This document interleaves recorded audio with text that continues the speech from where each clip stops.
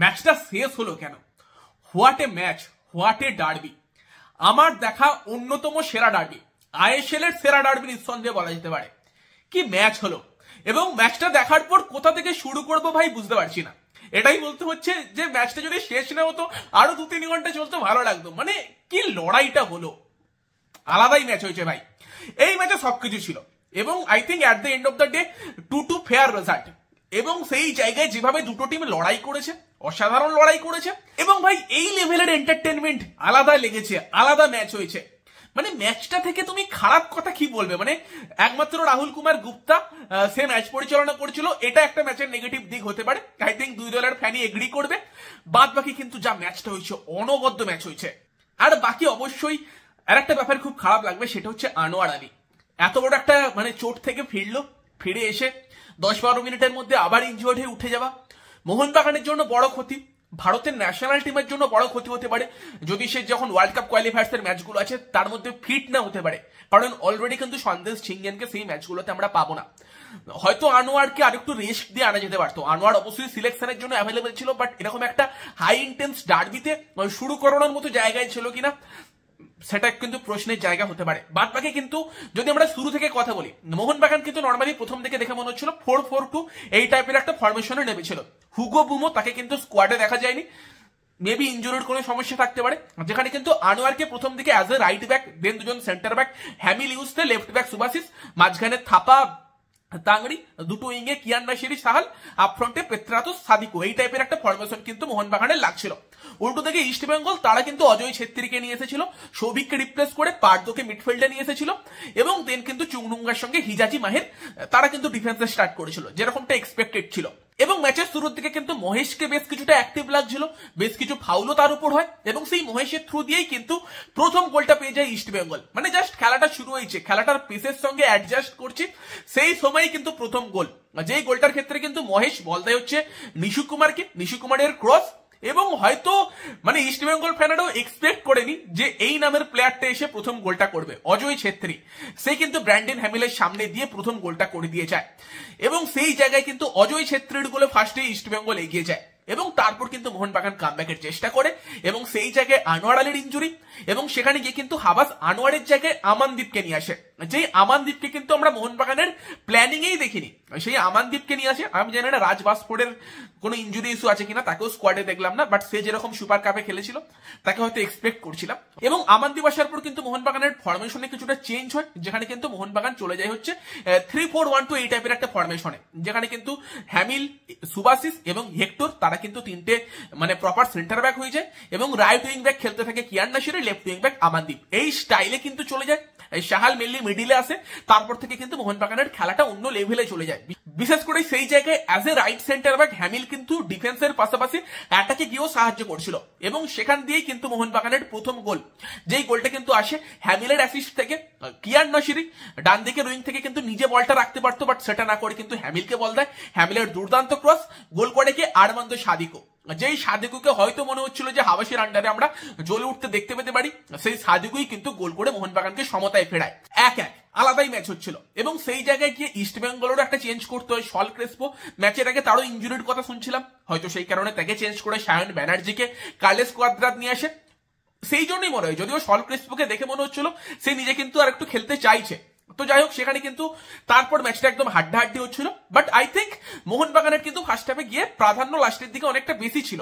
যেই জায়গায় কিন্তু সাদিকু, তাকে কিন্তু আমরা অনেকবার অ্যাকশনে আসতে দেখি। সাদিকু যে গোলটা করে একদম ফুল কনফিডেন্স পেয়ে গিয়েছিল, সেটা কিন্তু ক্লিয়ারলি বোঝা যাচ্ছিল।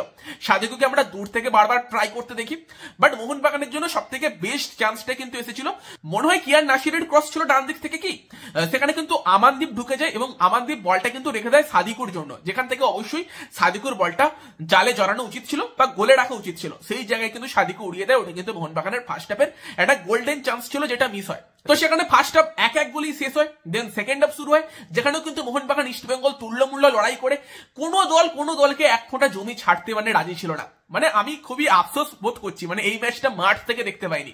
এই লেভেলের একটা ম্যাচ যেখানে কিন্তু মাঠের মধ্যে দুই দল একে অপরকে একটুও জায়গা ছাড়ছিল না, মানে রীতিমতো মাঠের মধ্যে ফাইট হচ্ছিল। এবং সেখানে মাঝে মধ্যে মানে মাথা গরম করতে আমরা প্লেয়ারদের দেখেছি। মাঝ মাঠে যেভাবে দীপক তাংড়ি পারদোরার চ্যালেঞ্জ হচ্ছিল, সেখানে মনে হচ্ছিল যে কেউ রেড কার্ড দেখতে পারে, এরকমই কিন্তু মনে হচ্ছিল। এবং সেই জায়গায় একটা জিনিস ভালো যে সেটা মাঠের মধ্যেই কন্টিনিউ ছিল, খেলার শেষে আর সেসব জিনিসগুলো বেশি দূর এগোয়নি। প্লেয়াররা বা কোচেরা কিন্তু নিজেদের মধ্যে ভালোভাবেই আর কি সৌহার্দ্য বিনিময় করেছে লাস্টের দিকে, সেটা বলা যেতে পারে। তো সেখানে যেটা হয়েছে মাঠের মধ্যেই হয়েছে, ম্যাচের শেষে কিন্তু আর সেসব কিছু এগোয়নি, এটা একটা ভালো ব্যাপার। বাকি কিন্তু হ্যাঁ, এমন কিছু ঘটনা হয়েছে যেখানে কিন্তু রেড কার্ড হতে পারতো। মানে মুম্বাই বনাম মোহনবাগান ম্যাচে আমরা দেখেছিলাম রাহুল কুমার গুপ্তাকে খান সাথে মানে লাল কার্ড দেখাতে। তবে এই ম্যাচেও সেরকম কিছু ঘটনা ঘটে যেখানে কিন্তু রাহুল কুমার গুপ্তা হয়তো কার্ডের রং চেঞ্জ করতে পারতো প্রথমে। এবার দেখো, মোহনবাগান ইস্টবেঙ্গল দুই দলই কিন্তু রেফারির অ্যাডভান্টেজ বা ডিসঅ্যাডভান্টেজ দুটোই পেয়েছে। প্রথমত বলতে গেলে অজয় ছেত্রী যে ট্যাকেলটা হ্যামিলকে করে, ওই ট্যাকেলটা করার পর কিন্তু হ্যামিল ইনজিওর্ড হয়ে বেরিয়ে যায় এবং তারপর কিন্তু মোহনবাগান ম্যাচের কন্ট্রোল অনেকক্ষণ হারিয়েছিল, কারণ ওই জায়গা দিয়ে হ্যামিল খুব ভালো ফুটবল খেলছিল। এবং ওখানে যেভাবে হ্যামিলকে পেছন থেকে অজয় ছেত্রী ট্যাকেল করলো, ইনজোর্ড করার মতো ট্যাকেল ক্লিয়ারলি দেখা যাচ্ছিল। এবং ওখানে হলুদ কার্ড যে মানে রাহুল কুমার গুপ্তা দিল, কার্ডের রংটা চেঞ্জ হয়ে লাল হতেই পারতো। বাকি কিছু কিছু ক্ষেত্রে কিন্তু মোহনবাগান হয়তো প্রথম দিকে ভাবতে পারে যে ধরনের চ্যালেঞ্জে আমরা হলুদ কার্ড পাচ্ছি, ইস্টবেঙ্গল সেই ধরনের চ্যালেঞ্জ করে কিন্তু পাচ্ছে না। তবে পরের দিকে কি ইস্টবেঙ্গল ফ্যানেরাও ভাবতে পারে যে যেভাবে হ্যাঁ সায়ন ব্যানার্জি অবশ্যই দিমিত্রিকে কিন্তু মানে ঠেলাঠেলি করছিল, তবে তারপর যেভাবে দিমিত্রি পেত্রাতোস রিয়াক্ট করলো, সেখানে কি দিমিত্রি কার্ড দেখতে পারতো না? সেখানে কিন্তু অবশ্যই লাল কার্ড না দিলেও হলুদ কার্ড তো দেওয়াই যেত, যেভাবে দিমিত্রি রিয়াক্ট করেছিল। এবং সেখানে গিয়ে পেনাল্টিটা নিয়েও কিন্তু মোহনবাগান ফ্যানেরা ভাবতে পারে। তবে সেই জায়গায় গিয়ে কিন্তু দেখে মনে হয়েছে যে হ্যাঁ, মহেশের উপর কিন্তু উইথাউট বল দীপক তাংড়ি কিন্তু উঠে গিয়েছিল। সেই জায়গায় কিন্তু বলকে খেলার কোনো রকম ইন্টেনশন দীপক তাংড়ির মধ্যে দেখলাম না।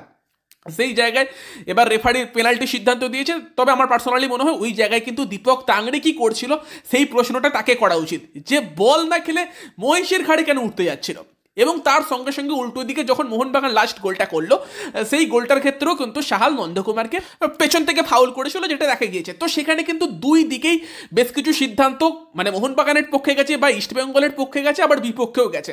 এবার যে দলের ফ্যান যারা যাকে সাপোর্ট করো তারা তার এগেনস্ট নিয়ে কথা বলবে, এটা নর্মাল ব্যাপার। বাট রেফারিং বেটার হতে পারতো, যেরকম আর কি ডার্বিতে যে লেভেলের ফুটবল আমরা দেখেছি, রেফারিংও সেই লেভেলের হলে ভালো হতো। বাকি কিন্তু ইস্টবেঙ্গলের জন্য একটা প্লেয়ারের কথা বলতেই হয়, যে প্লেয়ারটাও ইনজিওর্ড উঠে গেল, খারাপ লাগছিল না, নাওরে মহেশ সিং। ভাই মহেশের ক্ষেত্রেও হয়তো সুভাশিসের পাটা মহেশের মাথায় লেগেছিল এবং গ্ল্যান মার্টিন্সও পেছন থেকে ফাউল করেছিল। ওখানে যদি কেউ হলুদ কার্ড দেখতো, সেই জায়গাতে আর একটা লাল কার্ড হওয়ার সম্ভাবনা থাকতো। বাট নাওরে মহেশ কিন্তু অসাধারণ মানে ফুটবল খেলছিল, সেই জায়গায় তার চোট পাওয়াটাও একটা খারাপ জায়গা। এবং মাথায় চোট লেগেছে মনে হলো, হোপফুলি সেটা সিরিয়াস না, আনোয়ারও তাড়াতাড়ি ফিরবে সেটাই আশা করা যায়। মোহনবাগানের জন্য হ্যামিলেরও তাড়াতাড়ি ফেরাটা জরুরি। তো সেই জায়গায় যারা চোট পেয়েছে তারা তাড়াতাড়ি ফিরবে, এটাই আমরা প্রার্থনা করতে পারি। তো সেকেন্ড হাফের কথা বললে সেখানে কিন্তু মানে হ্যামিল চোট পাওয়ার পর কিন্তু ইস্টবেঙ্গল রীতিমতো অ্যাটাক করছিল এবং সেই জায়গায় কিন্তু ইস্টবেঙ্গলকে ভীষণই ডেঞ্জারাস লাগছিল। তবে সেখানেই পেনাল্টি কনসিড করে মোহনবাগান, দীপক তাংড়ি সেই জায়গায় কিন্তু ওরকম একটা প্রেসার ম্যাচে একটা পানেনকা কিকে কিন্তু ক্লেটন সিলভা সে কিন্তু ইস্টবেঙ্গলকে আবার লিডটা দিয়ে দেয়, 2-1 এগিয়ে যায়। ম্যাচের দ্বিতীয়বার ইস্টবেঙ্গল কিন্তু এগিয়ে যায় এবং তারপর কিন্তু মোহনবাগান অবশ্যই চেষ্টা করছিল, উল্টো দিকে ইস্টবেঙ্গলের কাছেও সুযোগ আসছিল এবং মানভীরের দিকটা দিয়ে কিন্তু মোহনবাগানকে সেখানে অ্যাক্টিভ লাগছিল। এবং সেখানেই একটা বল কিন্তু বক্সে আসে, যেখানে প্রথমে দেখছিলাম সাদিকুকে জড়িয়ে ধরেছে চুংনুঙ্গা, তারপর বলটা চলে যায় নন্দাকুমারের কাছে এবং সেখানে নন্দাকুমারকে পেছন থেকে মানে টানে একটু সাহাল, সেই জায়গায় নন্দা বল হারায় এবং সেখান থেকে কিন্তু সাহালের বল, যেই জায়গায় কিন্তু দিমিত্রি পেত্রাতোস যে কিন্তু কন্টিনিউয়াসলি চেষ্টা করে যাচ্ছিল, মোহনবাগানের জন্য সেরা প্লেয়ার ছিল, ম্যাচেরও সেরা প্লেয়ার হয়েছে নিঃসন্দেহে, সেই দিমিত্রির গোলেই কিন্তু মোহনবাগান দ্বিতীয়বারের জন্য ম্যাচে ফেরে ম্যাচটা 2-2 হয়। লাস্ট অব্দি ম্যাচটা থেকে একটা পয়েন্ট মোহনবাগান পেয়েছে। তবে ওই জায়গাতে সাহাল ফাউল করেছি কি করেনি ওটা একটা বড় কন্ট্রোভার্সির জায়গা যেরকম হয়ে আছে, যেখানে দেখে তো ফাউলই মনে হয়েছে। তবে সেখানে কিন্তু ইস্টবেঙ্গলের ডিফেন্ডিংও মানে বেটার হতে পারতো, ফাউল করেছে বলে সেই জিনিসটাকেও কিন্তু এড়িয়ে যাওয়া যাবে না। নান্ধারও মানে ডিফেন্স ক্লিয়ার করে দেওয়া উচিত ছিল বল, বাকি কিন্তু চুংনুঙ্গা বা হিজাজি মাহেরেরও কিন্তু ওখানে বেটার করা উচিত ছিল। এবং তারপরও কিন্তু দুই দলের কাছে সুযোগ এসেছিল, নান্দা কুমারের কাছে সুযোগ এসেছিল, একটুর জন্য গোলের বাইরে দিয়ে মারে, উল্টো দিকে কিন্তু মোহনবাগানের জন্য সুযোগ এসেছিল, সাহালও কিন্তু প্রভসুকন গিলকে টেস্ট করে, সুযোগ তো তারপরও এসেছিল। বাকি ম্যাচটা তো অসাধারণ ম্যাচ হয়েছে, কোনো সন্দেহ নেই সেই ব্যাপারে। এবং সেখানে দেখো লাস্ট অব্দি খারাপ এটাই লাগছে যে আনোয়ারের মতো প্লেয়ার চোট পেয়েছে, মহেশের মতো প্লেয়ার চোট পেয়েছে এবং সেখানে দাঁড়িয়ে যেটা মনে হয়েছে যে রাহুল কুমার গুপ্তা হয়তো ম্যাচটা আরো বেটার কন্ট্রোলে আনতে পারতো, ম্যাচটা একটু বেটার কন্ট্রোল করা যেতে পারতো। তো যাই হোক, আশা করবো ইনজুরি গুলো যেন সিরিয়াস না হয়, প্লেয়াররা তাড়াতাড়ি ফিরুক।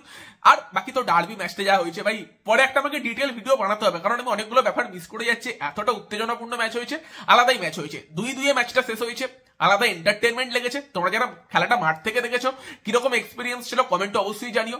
আর বাকি ভিডিওটা ভালো লাগলে ভিডিওটাকে লাইক করে দিও, শেয়ার করে দিও। আমাদের চ্যানেলে প্রথমবার এলে আমাদের চ্যানেলটাকে সাবস্ক্রাইব করে তার পাশের বেল আইকনটাকেও অবশ্যই অন করে দিও। তো চলো গাইস, এই ভিডিওতে এই পর্যন্তই। Bye bye.